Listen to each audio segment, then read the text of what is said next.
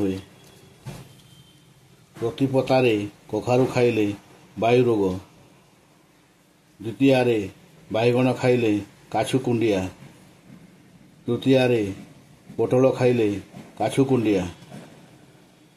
ଚତୁର୍ଥୀରେ ମୂଳା ଖାଇଲେ ଅମ୍ଳପିତ୍ତ ବୃଦ୍ଧି। ପଞ୍ଚମୀରେ ବୋଲେ ଖାଇଲେ ପିତ୍ତରୋଗ। ଷଷ୍ଠୀରେ ନିମ୍ବପିତା ଖାଇଲେ ରକ୍ତ ଦୂଷିତ। ସପ୍ତମୀରେ ତାଳସଜ ଖାଇଲେ ରକ୍ତପିତ୍ତ। ଅଷ୍ଟମୀ ରାତ୍ରରେ ନଡ଼ିଆ ଖାଇଲେ ଅଜୀର୍ଣ୍ଣ। ନବମୀରେ ଲାଉ ଖାଇଲେ ବାତ।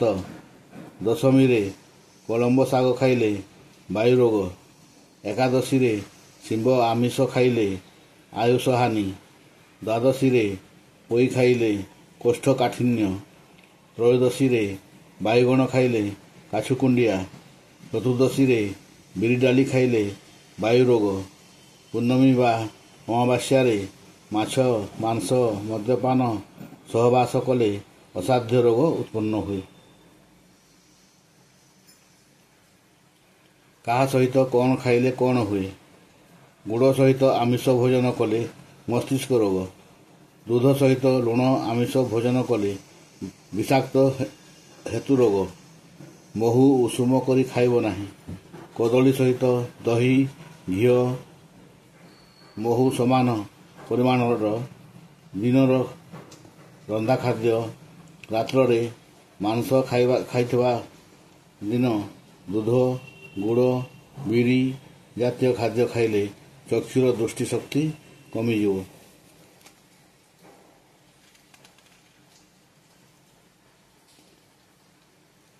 କେଉଁ ପାତ୍ରରେ କ'ଣ ଖାଇଲେ କ'ଣ ହୁଏ?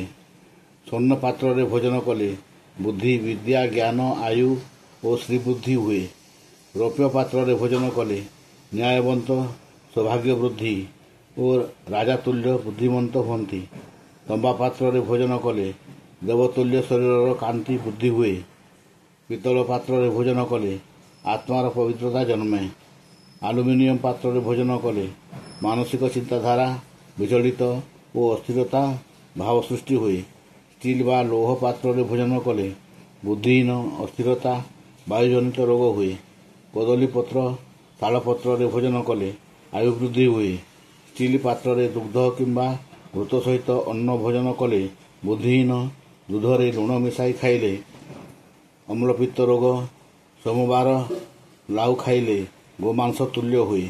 ଭାତରେ ବାଇଗଣ ସିଝାଇ ଖାଇବ ନାହିଁ ଓ ସୋମବାର ଦିନ କଲମ୍ବ ଶାଗ ଖାଇବ ନାହିଁ। ଖାଇଲେ ଆୟୁ ହାନି ହୁଏ। କଂସା ପାତ୍ରରେ ନଡ଼ିଆ ପାଣି ପିଇବ ନାହିଁ। ତମ୍ବା ପାତ୍ରରେ ଆଇଁଷ ଦ୍ରବ୍ୟ ଖାଇବ ନାହିଁ। ଘୃତ ରଖିଲେ ମଦ ତୁଲ୍ୟ ହୁଏ। ଅନ୍ଧାରରେ ଭୋଜନ କରିବ ନାହିଁ। ଲାଇନ୍ ଚାଲିଗଲେ ଖାଦ୍ୟ ପାତ୍ର ଉପରେ ହସ୍ତ ରଖିବ, କାରଣ ଅନ୍ଧାରରେ ରାତିରେ ପ୍ରେତାତ୍ମାମାନେ ଭୋଜନ କରନ୍ତି।